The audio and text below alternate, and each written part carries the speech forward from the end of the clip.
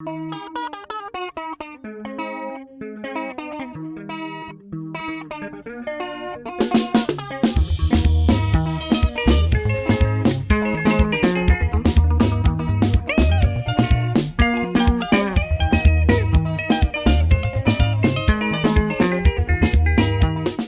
always happy when we call the press as the spokesperson of the party, that you come to our headquarters and try to listen to the many achievements being scored by our president, both in terms of social policy, but more in terms of economic progress, and even more exciting is the diplomatic scores which we continue to notch as the stature of our president and the prestige of Zimbabwe begins to gather pace on a scale which takes away from more than 2 decades of being labeled a pariah state. Clearly, what the president has done in a short 3-4 years have managed to restore Zimbabwe to its rightful place in terms of its interaction with the international community. It also has also restored Zimbabwe to its proper place with our neighbors in SADC, and it was also made Africa once again proud of Zimbabwe as one of the key states which will chart the future of Africa in the Africa Free Trade Union, the continental body, which is there to make sure that Africa becomes a continent-wide market, which will attract foreign direct investment and marshal domestic investment, so that the youthful population of Africa may rightfully enjoy the fruits of their labor as they work on the God-given resources which are abundant to the continent. A lot of things have been happening, and I will be highlighting some of them. The first one is the bold stance taken by President Cyril Ramaphosa when he met President Biden during his recent state visit to Washington. The American president heard it from the horse's mouth of our powerful regional neighbor, a regional power, the foremost economy on the African continent. He heard it straight from him that the sanctions against Zimbabwe are damaging the growth prospects of our region. They are creating collateral damage and other spillover effects to our neighbors. He highlighted South Africa's problems with Zimbabwean migration, economic migration, which was induced by the sanctions as of 2002. That's when the people of Zimbabwe started migrating to South Africa in numbers which are historical. Yes, we've always had a migration to South Africa through Wenela because it is the foremost economy on the continent, and it is comparatively developed better than ours. So the history of migration to South Africa is not new, but the spike in numbers since 2002 is something which had never happened in the history, and it was a direct result of the collapse of the Zimbabwean economy because of the sanctions which were maliciously and vindictively imposed upon the country in order to effect regime change, because post-imperial Britain and its allies could not countenance the fact that the people of Zimbabwe had had the gumption to take back the land and completely reverse the colonial and imperial gains they had made in the 1890s. So that aspect of migration took a very upward spike at that time. And this is really testament to the fact that the sanctions, which are ostensibly targeted at individuals, are turning out to actually be a sword of Damocles on the many economies which Zimbabwe is attached to in the region. He mentioned Namibia, he mentioned Botswana, he mentioned South Africa from the point of view of migration. But probably one of the worst hit victims of these sanctions is Mozambique. You know that Zimbabwe is a landlocked country. And the economic hinterland of Mozambique is Zimbabwe. Without Zimbabwe's economic hinterland, the ports of Mozambique cannot be vibrant, cannot be prosperous. They cannot discharge their role of making Zimbabwe trade with the world on the most economical routes to the sea. So this is the collateral damage, which, when I say collateral, I'm talking in terms of the language of those who are claiming the sanctions were targeted. It is clear that these sanctions have been devastating to growth of Zimbabwe, but also to the sub-region. And to have Comrade Cyril Ramaphosa take that bold stance and tell President Biden in his face that these sanctions are damaging not only Zimbabwe but the region, it's a good thing. We again go back to our history, where the ANC and other liberation movements have always been brothers in arms, and we acquired a political soul as we fought against racism, apartheid, and settler minority rule and colonialism. So we bonded, and it's clear that the dictum that you are my brother's keeper is the one which made President Cyril Ramaphosa tell this to President Biden.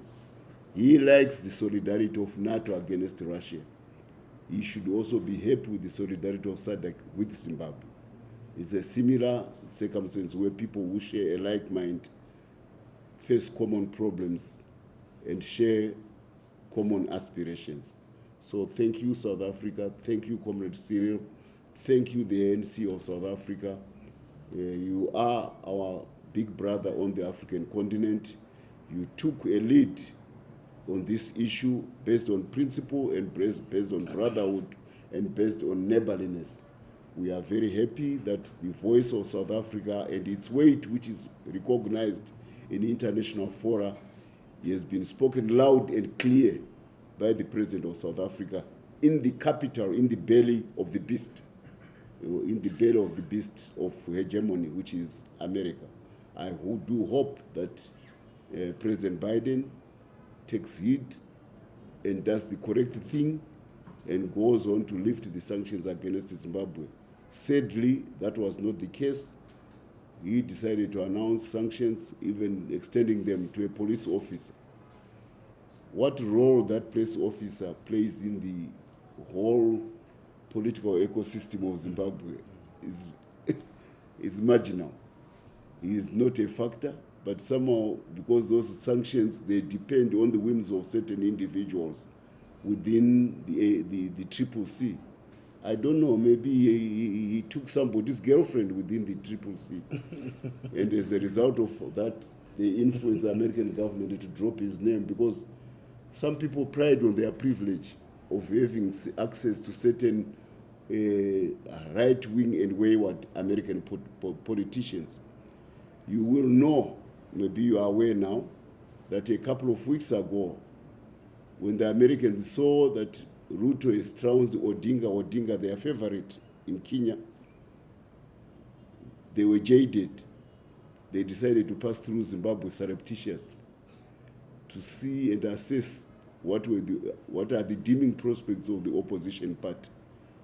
They did not seek a meeting with the official government of the Republic of Zimbabwe. They did not send note verbals to say they are coming here. Instead, they sneaked through the country because they wanted to strengthen the back of an opposition which is floundering in Zimbabwe. Well, we are an alert nation. We always pride in our intelligence services because they come from the war. They went through a war. It was not long before the Americans were identified that they were in the country. And when that happened, they hurriedly left Zimbabwe for Zambia and later complained that the Zimbabwe government had refused to meet them when they had not made any effort to meet the Zimbabwe government, the rightful government in the country. Now, this is not the way a big power like America should behave. But what is very evident is that they are worried that the fate which fell Odinga, yes, yeah, in Kenya may actually be even worse for Chamisa when 2023 comes. They thought there would be a repeat of what happened in Zambia, in Kenya. It didn't happen. So the next country which is on their calendar where they put all the effort on is Zimbabwe. They were jaded, they were alarmed. In fact, they are frightened, they are apoplectic at the prospect of an electoral disaster by the MDC. That's why they sneaked into the country to see whether they can ginger their prospects.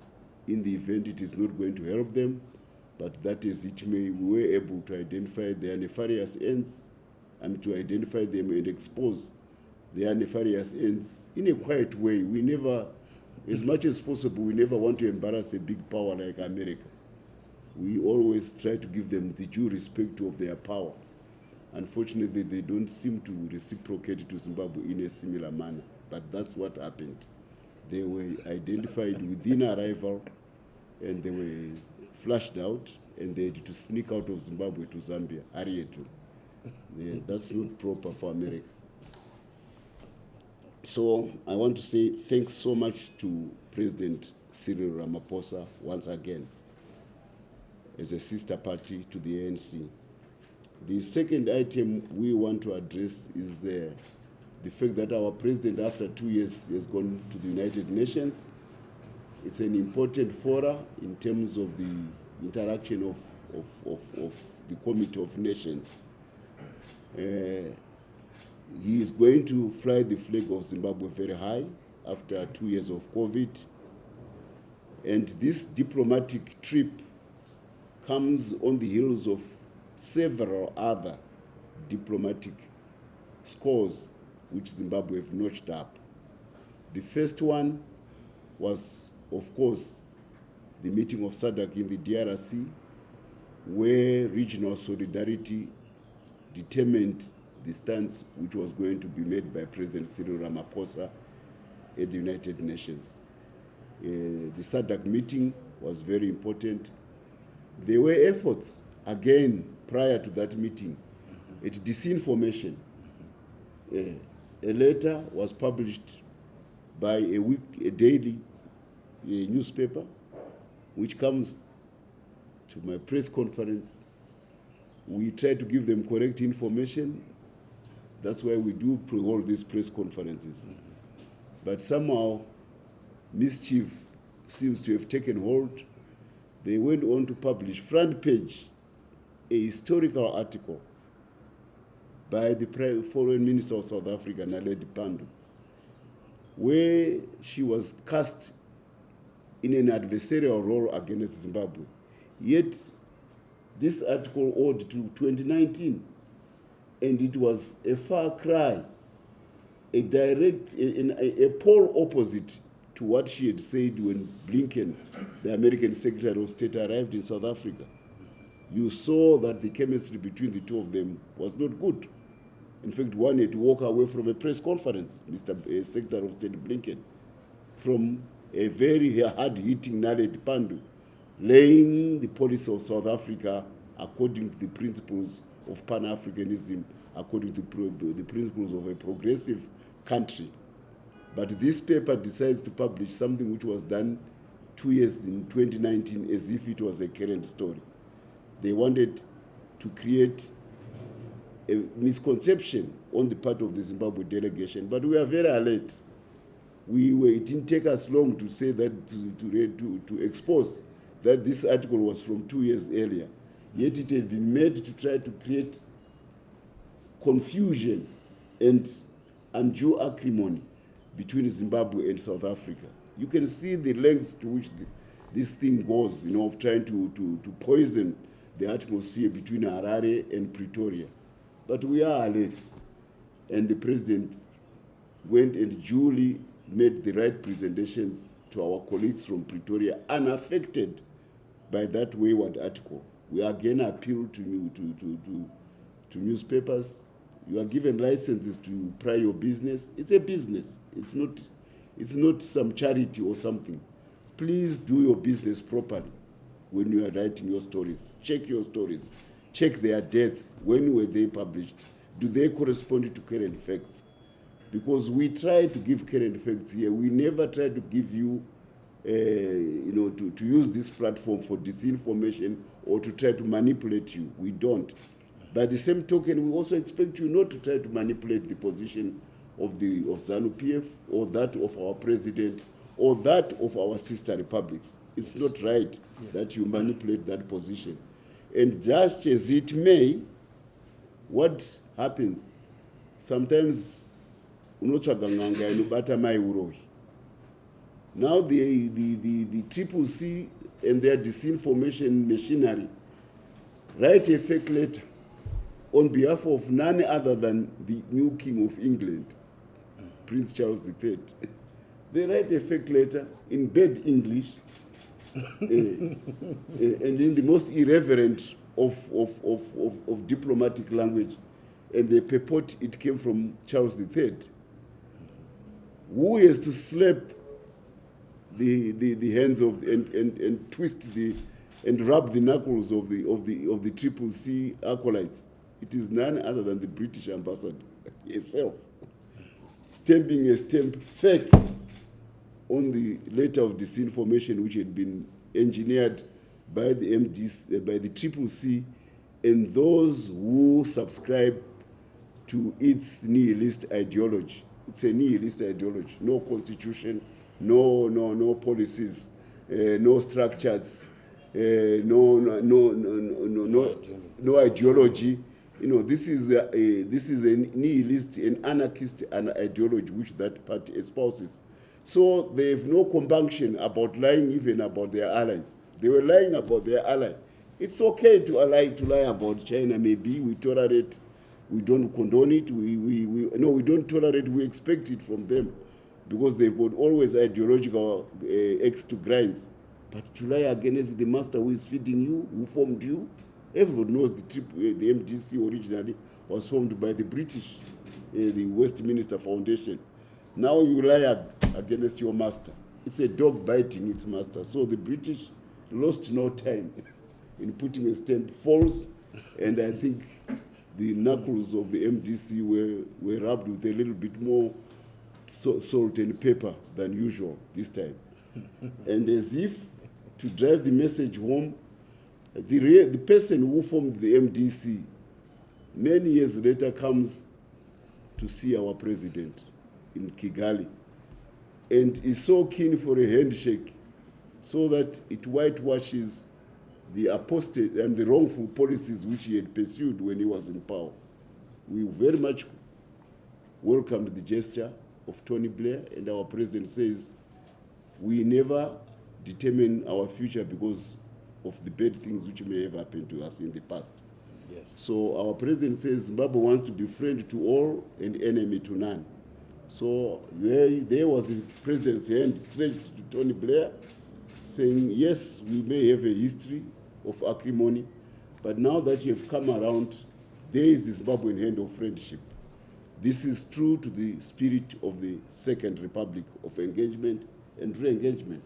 So that, again, was a good gesture. It's another diplomatic score for Zimbabwe to say that those who tried to make us a pariah state are coming around to realize that they were wrong and they want to atone by handshakes. It's an atonement. That's how we see it.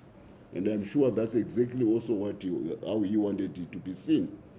You will be happy to know that the Zimbabwe delegation has received, the president of the government of Zimbabwe has received an invitation by the Americans to go and attend the America-Africa Summit. You know, when China started these summits in 2002, Africans were not even going to Washington to meet the head of state, the head of states of African countries. They would meet lowly officials, an assistant secretary of state or something like that, all the way flying across the Atlantic to Washington, the capital of America, for a handshake and a few aid dollops by the American government. That was all an African head of state would expect. Come China, comes a modern power. It starts the China-Africa Summit in 2000, and it has taken the world by storm in terms of economic benefits. In 2002, when I went to Beijing, the trade with Africa was 10 billion. By the time I left in 2008, after we had canvassed the Chinese government to allow new capital, global capital from China to come to Africa, the trade jumped to 80 billion by 2008. Today, it's 240, perhaps 250 billion. This is what a positive engagement with Africa can bring to China, but also to the world economy. Remember, China is now accounting for 30% of the world economic growth per annum. So Africa's choices were right, and Chinese choices were have also been proven right. America's trade with Africa stands at probably maybe half of that. So America is beginning to see that there is a loss by its attitude towards Africa of not taking Africa seriously. So it is also catching up, and it is not the only one. We now have an India-Africa summit.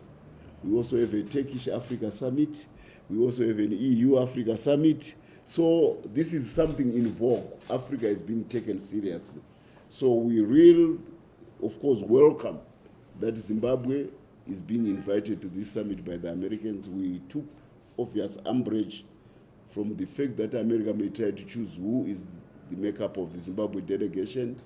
It seems to say that the goodwill is still encumbered by ill feelings of the past. We hope America can shed off, like a snake does, the old skin and come out in a new format and just engage Zimbabwe in an open way. We repeat, we never made America be great as what it is today. It is an important player in world economic affairs and in every aspect of world engagement. We are a small country which only strives to have its rightful place in terms of international relations. So we want America to treat us graciously. That's all we want. So we hope that somehow, sooner rather than later, they come out in the open, drop the sword of sanctions against Zimbabwe, and engage us so that the two countries can benefit as should be when nations interact with goodwill with each other. That's all we want from Washington. That as it may, we welcome that Zimbabwe is being invited as opposed to being ostracized from this America-Africa summit, which is planned. And we wish that summit well for the participants, notwithstanding our reservations about America trying to somehow shortchange its gestures to Zimbabwe by encumbering it with past grievances and other prejudices from our tortured history, which needs to be turned into a new leaf.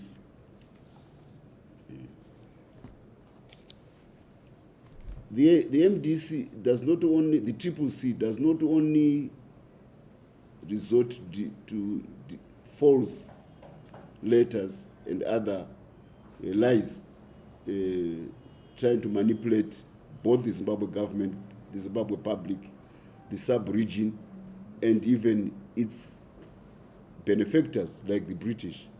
There was the incident in Chinhoyi. The MDC claims that there was a bomb. And they go and issue statements. Now, we have a very efficient police force, a proficient police force. You can see that generally every murder in Zimbabwe is accounted for. Yes, they are having some challenges now with armed robbers, but we are very confident that our police will rise to the occasion and work in a diligent manner to restore law and order and peace and tranquility to the Zimbabweans. So when an incident which concerns firearms happens, please respect your police. Go and report to them. let them give the statement as the police, because they are the ones who have the statutory obligation to tell the nation what is happening when it contains firearms or dynamite or other explosives. But ever quick to the press for lies. The MDC says a bomb has been placed without any shred of evidence. There's a desperation now about the Triple C, particularly the ex-MDC Triple C of Chamisa. There is a desperation at using every occasion to grandstand and to misrepresent facts and to blatantly lie. That's not the case. We have no record of a bomb ever coming out of the Chinoi. And you, the press, should call them out. But it's not only that. Somebody goes to Chipinge there. He wants to take the thunder away from our president's bold and positive gesture to one of our illustrious sons, Dabaning Sitole, to say he's a national hero. Yes, we may have fallen out along the way, but his contribution as a pioneer nationalist of the armed struggle for the liberation of Zimbabwe cannot be taken away from him. So he accords him national hero status. This is an initiative by our president. He is always one step ahead. Now we have a reactive Chamisa, because I told you he's an anarchic and nihilist. No policy, no structure, no constitution, no ideology. He goes to Chipinga, all of a sudden, trolling as usual, trolling ZANU-PF's policies. What does he say? He now claims that the United Nations is going to be policing the next elections in Zimbabwe. I'm a diplomat from the United Nations for many years. The United Nations does not run elections for countries. It respects member states. Once you are independent, you run your elections the way you want. If you invite them as the legal government of the country, they may help you with technical expertise. And in this instance, the official from the United Nations is to issue a denial, to say there is nothing like that. Now, here's a man who is a blabbermouth. Anything which crosses his mind, he utters it out, even if it has no basis in fiction or fact. Please, we say to Chamisa, take your part seriously. We fought hard for the democracy, which makes you the opposition. Just like the ZCTU, you said ZCTU could not have existed in colonial times except for independence. We created an environment for the trade union movement. Of course, they came back and beat the hand that delivered them the freedom. Chamisa always abuses the hand that delivered him the freedom by lying against the part of the Zimbabwe revolution and by trying to give false stories about what's happening in Zimbabwe. We hope that the Zimbabwean electorate takes due cognizance of his lies and brings him to account, which we are sure will be the case come the harmonized elections in 2023. Yes, we also want to touch on the economy. We applaud the steps which the president has taken and his dream team of Mutuli Nube, the Minister of Finance, Honorable Mutuli Nube, and our esteemed governor of the Central Bank. The first thing was introducing the primacy or restoring the primacy of the Reserve Bank as the only statutory authority allowed to print money in Zimbabwe. Everybody else was acting in a private manner with the privatization of the printing of money in Zimbabwe, where any company was ready to take advantage of its position in society to create currency parallel to that of the Zimbabwe government and the central bank. We used to have something called the old mutual implied rate of exchange, which was determining the rate of foreign currency trading. We used to have a mobile network company having young people, an army, a bevy of young men all over the country, printing money on their cell phones as exchange rate traders. I drove one day going through Chipinge to Chilo Lodge. And I was told that in Checheche there was a business there, a phone number, which was trading up to $20 million a day. I mean, this is a very dusty place in Checheche. You know, it's not some way you would expect such huge monies. And when you looked at the population around, there wasn't that prosperity which reflected that somebody was trading 20 million, dollars a day. But this was the abuse of the mobile money or the fintech by a particular company. That was arrested, and the switch for the printing of money was put into the central bank. That's why those young men disappeared from the streets, because the rightful man is now in charge of the printing of even mobile money, which is the central bank. That was the first shoe to drop at the central bank. Now the second shoe at the Ministry of Finance has dropped. You see what is happening now with the Ministry of Finance as it cracks down on those who are contractors and many others who are driving inflation into the country. This is a good thing. What we are getting to is to the domestication of the Zimbabwe currency. We can no longer have a currency which is driven by foreigners. It is good for the country because our relationship as Zimbabweans is determined by our currency. If our currency cannot safeguard the buying power of our money, and overnight you wake up to realize that your money which you worked yesterday has lost value, then you can never have a proper functioning economy. So we are on our last lap. This is the financial services sector. All the other sectors, we have scored victories. The military one, we won in the 1979, our army, which is the best on the African continent by battle performance, because you don't win against the British offshoot of the Rhodesian army unless you are good. So we have captured territory in the military aspect.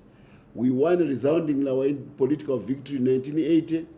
We won our land afterwards. We notched many other victories, educational victories along the way. Now we also launched, we won the ascendance of our central bank as the main center of value determination in the country.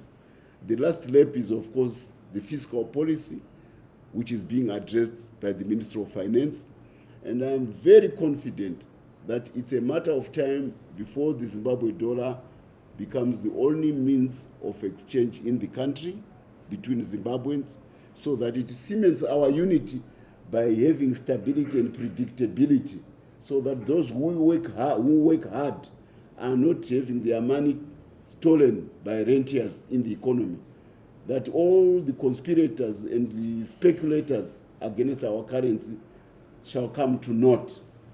You know, some people always, I read, sometimes they want to extol the Zimbabwe Stock Exchange. I used to be a commissioner of the Zimbabwe Stock Exchange. It was a private club which was used to externalize money out of the country. We forced them to become an accountable private company under the company law of Zimbabwe, but still bad behavior persisted, and it was creating its own currency. Everybody tries to lament the Zimbabwe Stock Exchange, but here is its history. It has been around for 147 years. Do you know what a stock exchange does if it is doing well? It creates products like the iPhone. It creates cars like Toyota. It creates companies like General Electric, Siemens. It creates companies like IBM. That's what a stock exchange does. Ours, in 147 years, it has no single brand which you recognize on the global stage. Yet it claims that it has been saving the country. People are not getting jobs. Factories are closing. The speculators come and prey on our little hard currency earned by gold paners, the small SME miners, by tobacco farmers. They prey upon our currency, and by our mining companies. How does a country which has got the best mining resources in the world not have a stock exchange about mining?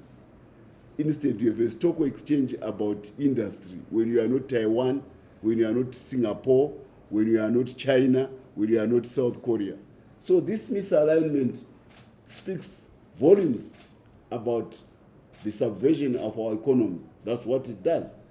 The President and the Second Republic is now correctly aligning our economy, where our strength lies.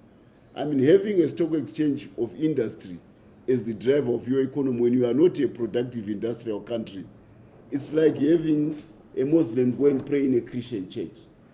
We must have a stock exchange on the mining sector. And if you see what has happened with our lithium sector in the last 7 months, in the last 5 to 7 months, where mergers and acquisitions of up to $600 million US never attained in the history of the Zimbabwe merger and acquisition in economic performance. You have been notched up, and we are seeing top-class, first-tier investment in our lithium sector, to the point where we think the role which is being discharged by Saudi Arabia and Russia today in fuel supply to the world is going to be replaced by Zimbabwe in the supply of new energy batteries for mobility in the new world of automobiles. This is good. It means we are now aligning our economy according to the capacity of Zimbabwe where we have strength. This is what the President and the Second Republic have done to Zimbabwe, aligning our performance, our economic capabilities to the investments, domestic and foreign, so that we can create prosperity, palpable prosperity, create hope among Zimbabweans. Here we are. Zimbabweans used to go abroad to look for businessmen to give them jobs. The President is inviting those businessmen to come to Zimbabwe so that the people of Zimbabwe can get jobs at home. Now we can really talk of good social consequences of this policy. Marriages will not be broken as young people skip the border and leave wives or husbands to go into foreign markets, and then children grow with one parent. It won't happen again, because we are creating stability through right-minded policies on the economic landscape. We also have outgrown the small post-Rhodesian economy, which used to make a few rentiers. There were cartels of a few people who thought they were kingpins in this country. Now they've been marginalized because the investments which the President has brought in are way, way much bigger. If you compare the performance of one traditional software drink manufacturer and the performance of a new software drink manufacturer on the market, and you see what has happened in the soft drink market in 3 years, it shows that new money can deliver prosperity and jobs better than historical money. And where does it come from? It comes from the President saying Zimbabwe is open for business, and we are getting the right partners for our hard-working people so that their labor can be rewarded accordingly, and that so that an economy can deliver what it should, so that we have a stable Zimbabwe currency. So the President, in every aspect, is hitting green buttons and is making that Zimbabweans go back to hope, go back to prosperity. That's what our President is doing, and he deserves kudos. We are having our party conference in a month's time. Congress. Our party elective Congress in a month's time. All the organs of the party have been formed, including, congratulations, the one for the War Veterans League, which was formed 2 weeks ago. And it was done with fanfare and orderliness, which we would only expect from a disciplined cadreship of the young people who they were, who went to fight and win. So that is the fourth organ of the party, which now completes the whole structure of ZANU-PF. Our machine, electoral machine, has been fully retooled. What's left is oiling it and unleashing it against an MDC-CCC outfit who the original founders are no longer finding favor with, like Mr. Tony Blair did. So if the original founders of the MCCC are no longer finding favor with it, who can make them succeed in the next elections? Nobody. So they are going to be hit by a whirlwind come elections. We want to score a victory which mimics or even outshines the one we did in 1980, which delivered Zimbabwe into independence. So, Chamisa, Triple C, don't say you were not warned. The whirlwind is coming. You are going to be hit by a bolt from the heavens, from the political heavens. I thank you. Thank you very much, Comrade Spokesperson. Well delivered. Nothing to add except to reiterate that indeed the political whirlwind is on its way as the Congress prepare to set the stage for the party's march to victory in 2023. Just a special announcement. I'm sure you'll help me to get this one across. Comrade Spokesperson, we've just been informed by the Department of Finance and Commissariat that yesterday they launched a provincial membership card blitz in Mashonaland East and Masvingo. We'll be releasing the full schedule by end of day tomorrow. So all our members in Mashonaland and Masvingo, the blitz is in your home provinces. You want to get your membership card. The time of bothering us with phone calls when that is going to happen and when you are going to get those is over.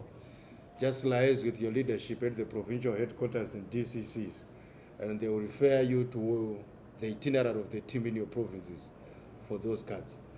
I thought I should make that across Congress. You just refreshed my mind with something else. During the agricultural show and the trade fair in Bulawayo, we sold so many cards to people who were just coming to the show. It shows the popularity of the party that even at a commercial event where ZANU-PF has got its mast raised, people come and say, we want cards. The president has restored the gloss on ZANU-PF. It's now so fashionable that the most craved for fashion item in the country is regalia for ZANU-PF. Yeah, everybody wants to be identified with it. This is reflective of the mass root of the party, that we are a mass organization which caters for the core interests of the Zimbabwean population. And that's why people continue to identify with our party. They've seen through the false flags which have been flown by the MDC for so long, by the Triple C, upstarts or successors, as they shed off an image of ineptitude and failure by assuming a new name. We don't assume new names because we dwell on our record. You know, they have to change because they are running away from a past of ineptitude and incompetence and corruption. That's who they are. So the most fashionable item now is the ZANU-PF regalia, and the president has promised that he will go all out to make sure that this item, this much sought item of fashion is available. And we are now using even fashion houses to create various brands under the rubric of ZANU-PF so that Zimbabwean creativity can be found in and identify with the party of the People's Revolution, which is ZANU-PF. I thank you. Thank you very much, Comrade Spokesperson, for that emphasis. Our colleagues from the media are very thankful to you now. The opportunity is yours to probe the spokesperson for any questions on issues that he has raised. Or any other. Or any other issues. As he said earlier on, we try to give you facts. We never try to play with your minds. We are not the mind benders here. We are not, we tell it as it is. Yes. Yes, my brother, your name? Speak a bit loud. Jay Tatina is my name. And I'm freelance with the online publication called The News Spot.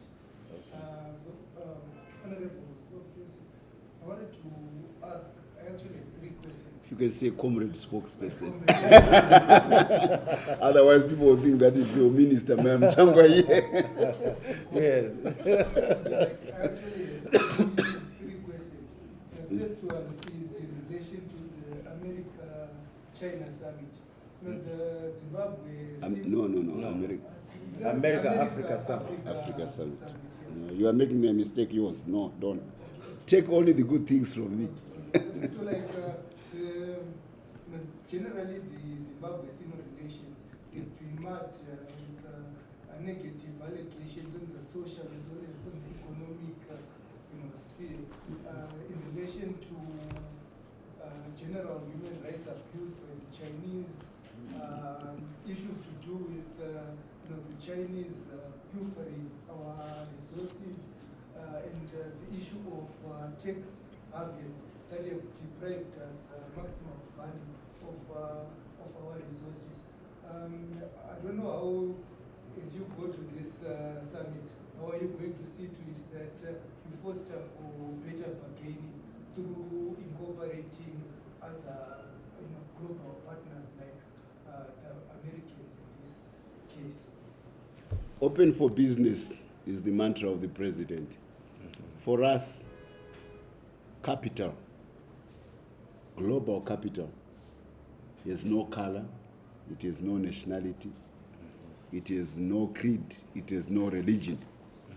Because the impact of global capital as an investor in any country is the same, whether it comes from Saudi Arabia, or it comes from Norway, or it comes from Finland, or it comes from wherever.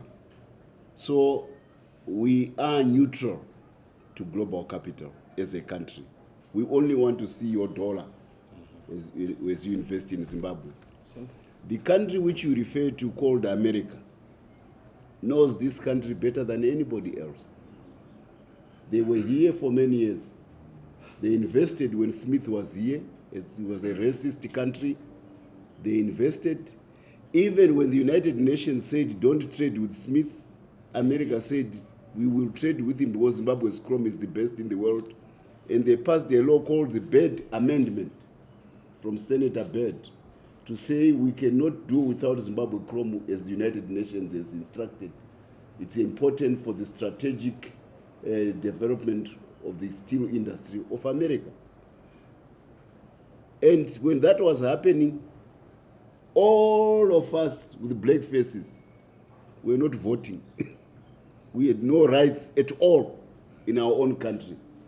Now, this is a country now which comes back and tries to teach us about how to appreciate global capital. But your record in the past is not glamorous. To be modest, we say it was sorted. They invented racism against the Africans, the Anglo-Saxons.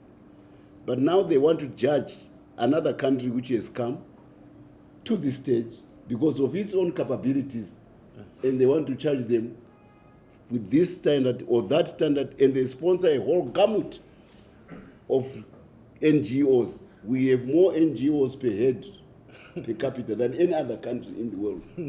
All of them to castigate new investment from China. 4,000. Yes, we're 44 at the last count, 44,000 NGOs. It's an industry. I repeat, America is developed by people who are in Wall Street. Japan is developed by the people on the Tokyo Stock Exchange. The UK is developed by the people on the London Stock Exchange. Paris, it is by the same all over. China is developed by people who go to the Shanghai Stock and Shenzhen Stock Exchange. This is who developed. Not any of these countries have been developed by NGOs. No, none. So if you have no record of development as an NGO in your country, why do you think you can come to Zimbabwe and teach us about development? You drive an oversized SUV into a village where the goods which you are delivering can't even to reach the height of your tire, the tire of your SUV. And you are trying to say, I'm a master of development. This is nonsense from NGOs. What we want is genuine business people with solid money to come, and they can come from anywhere. So America is free to come here and show its US dollar on the table. Then we begin to compare the performance of its dollar with the one of the Chinese. And if the Chinese-American one proves to be the right one, we applaud, because it means more prosperity for the Zimbabwe people. If the British one proves to be the right one, we applaud, because we are seeing you perform on the stage. Don't be on these bylines somewhere else there and you are capping and hectaring and lecturing all the day that you should behave like this about that. First, you have a bad historical record in this country, sanctions. Secondly, you have a bad historical record of colonialism. Then you want to teach us how to appreciate capital. No. Come and play on the Zimbabwe market. Incidentally, 3 days ago, the president was talking of a lithium-ion industrial park in Mashonaland West. That's my province. Lithium-ion, this is the battery I'm taking, which powers this device, which I'm using here. Incidentally, it is the same battery which drives Tesla's cars. It is the same battery which drives BYD.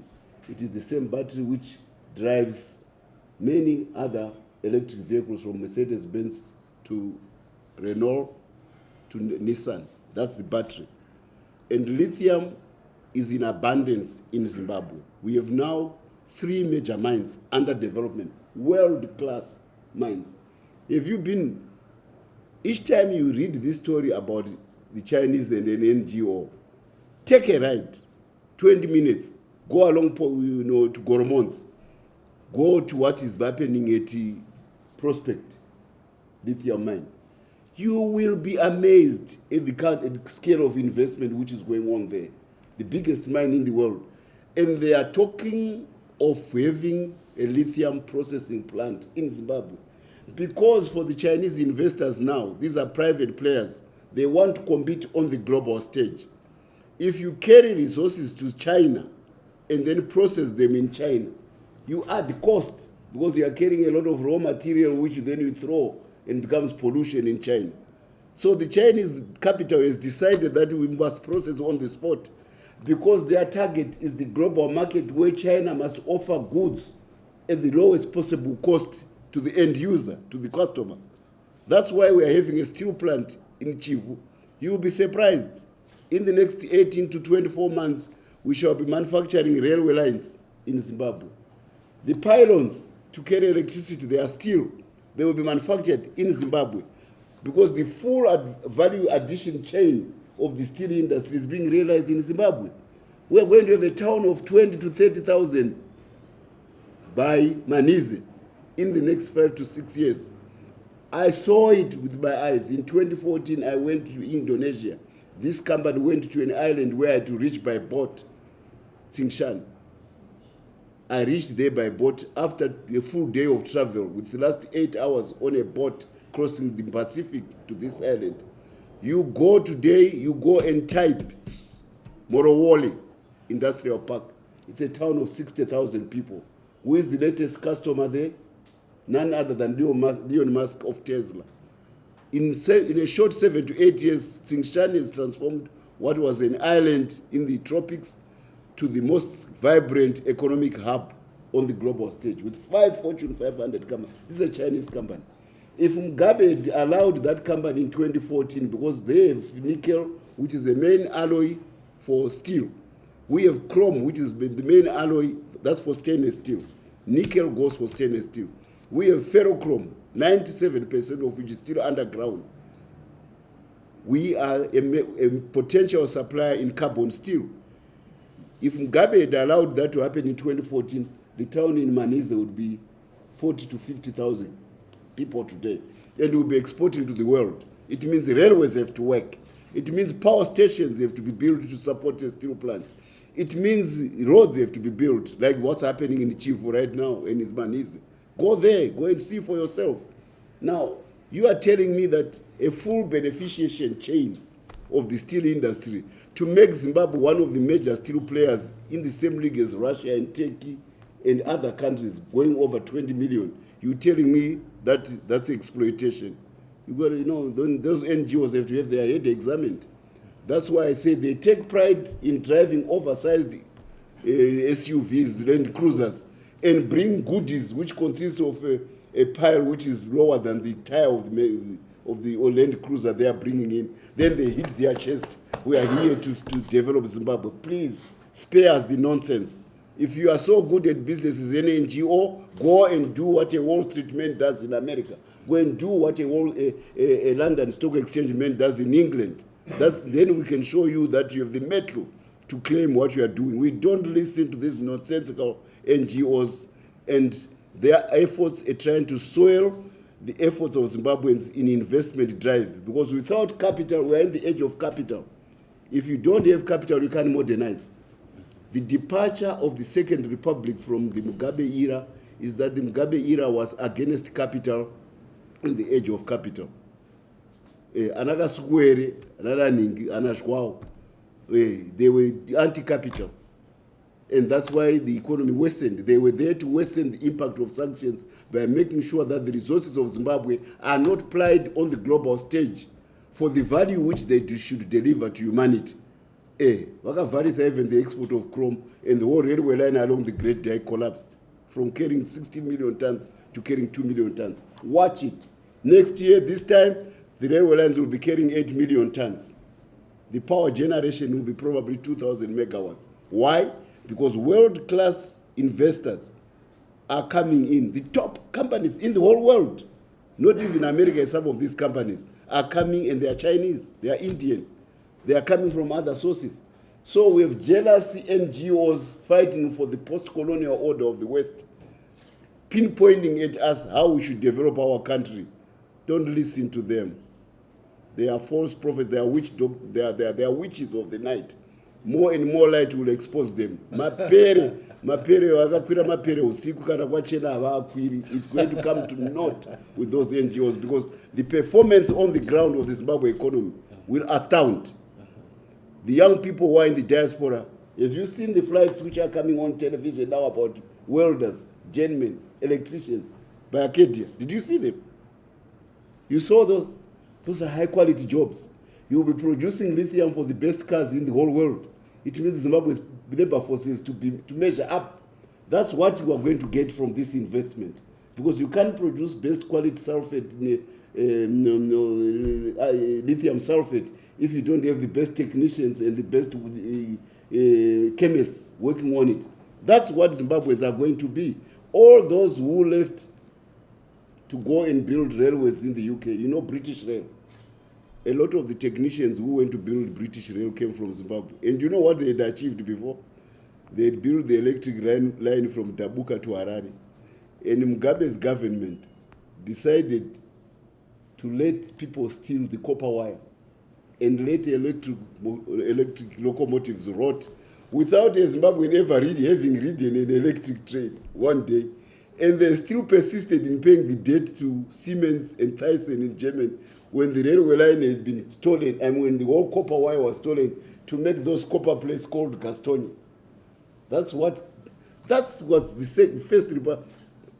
President Mnangagwa is a far cry from that stupidity. The economic illiteracy, which was an epitome of the First Republic. That's why he's bringing the best possible companies. I hope I had to go this at length. I hope you understand. We are not going to be adjudicated by wayward NGOs who overreach themselves and preach a gospel of economic development, which they can't even develop. They deliver their own personal levels in their own countries. If you are so smart, go and be Bill Gates in America. Don't come and tell us as an NGO that you know we can create Bill Gates when you yourself didn't become Bill Gates in America. To hell with those NGOs and their nonsense about investment in Zimbabwe. We won't listen to them. Indeed, just to go ahead, we will not listen to you. And after all, those are side shows. I agree with you, Comrade, the spokesperson, on that. I think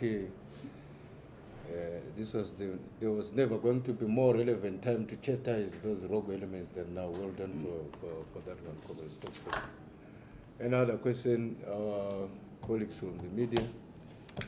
Anyway, you can also go and ask young people who are employed in those companies. Yeah.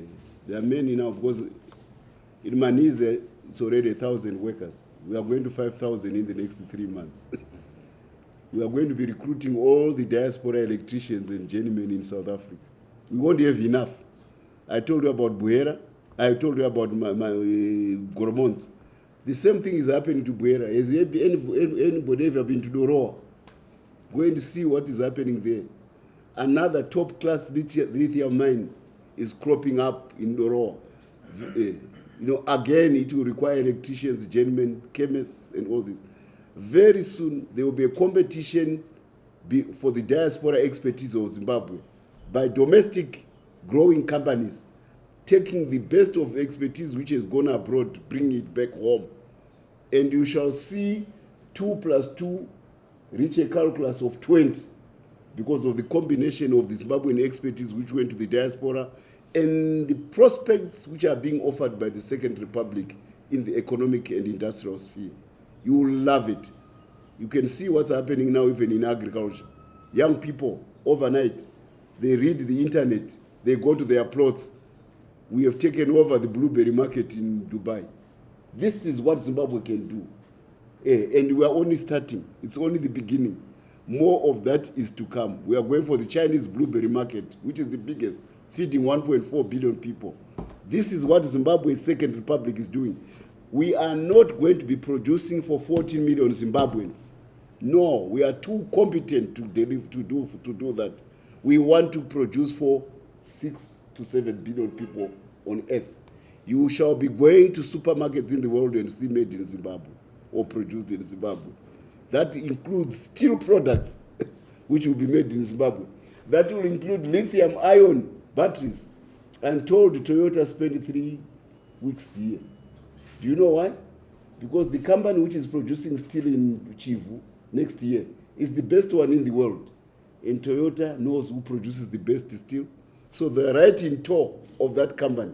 You shall see a fabrication industry in Manise, which is world class, producing spare parts for the new electric vehicles. We will bypass the fossil fuel stage. You know why we bypassed the analog stage of telephones and went digital straight away?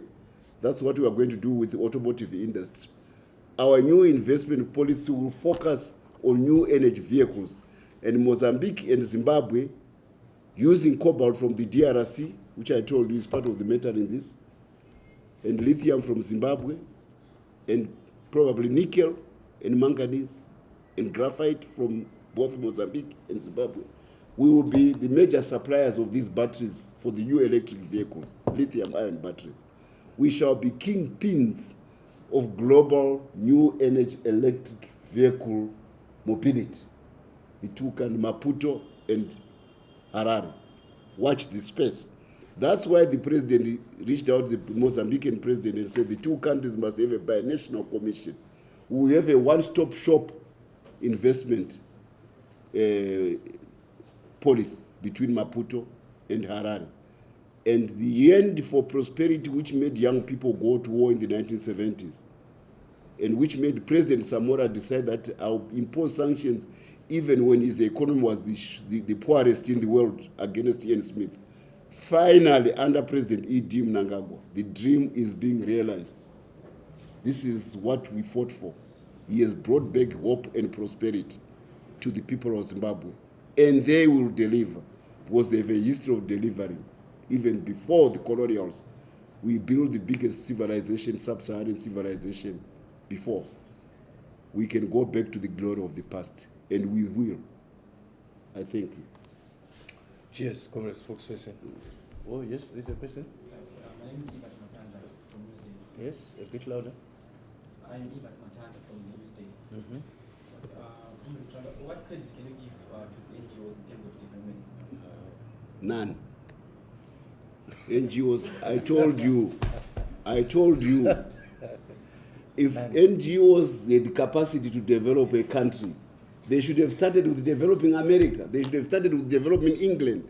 They should have started, then they would be bringing it. You know, I'm a student of business. In business, you don't pass a degree unless you give a case study, a practical history of a successful company. That's what is called a case study.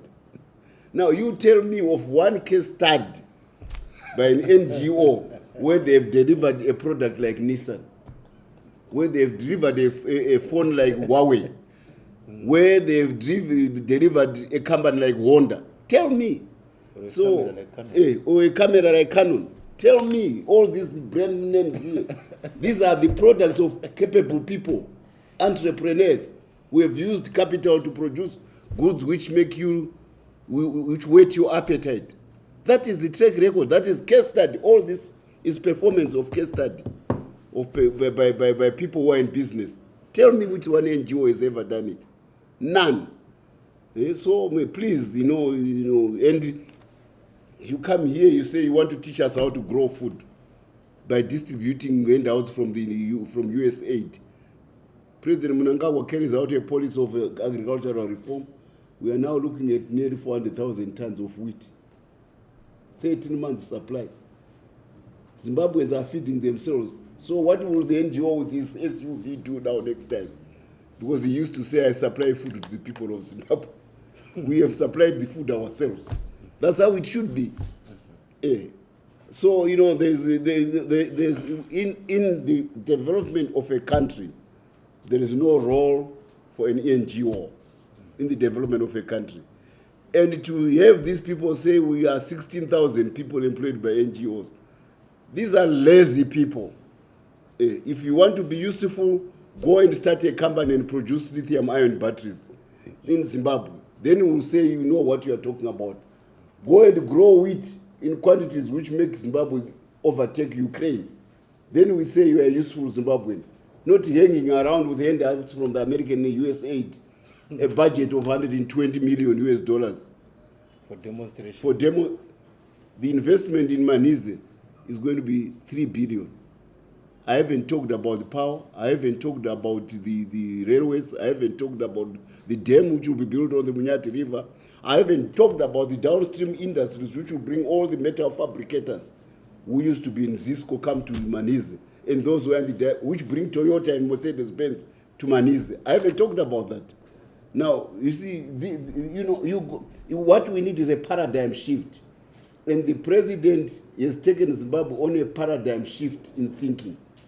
We have world-class resources given by God. They need world-class capital to deliver the goods and services which the world wants. And President Mnangagwa is fitting that bill. He has no time for the cobwebs of wayward NGOs who overreach themselves about capabilities which they don't have, and they are dependent on handouts from the budgets of other countries. For your own information, if the World Bank and the IMF were to be the engine of drivers for the world economy, the most money which they can put together is $6 to $7 trillion for all the world. Wall Street, London Stock Exchange can put $90 trillion. So you understand where money for development is? In the global private capital. That's what moves countries. So I also, by the same token, say the role of the NGO and that of the IMF, they are keen. They talk about what they can do. Have you ever gone into a supermarket and seen a product or a product made by the World Bank? No. But it is made by private companies. So this is why President Mnangagwa says open for business. Because capital is the one which changes a country.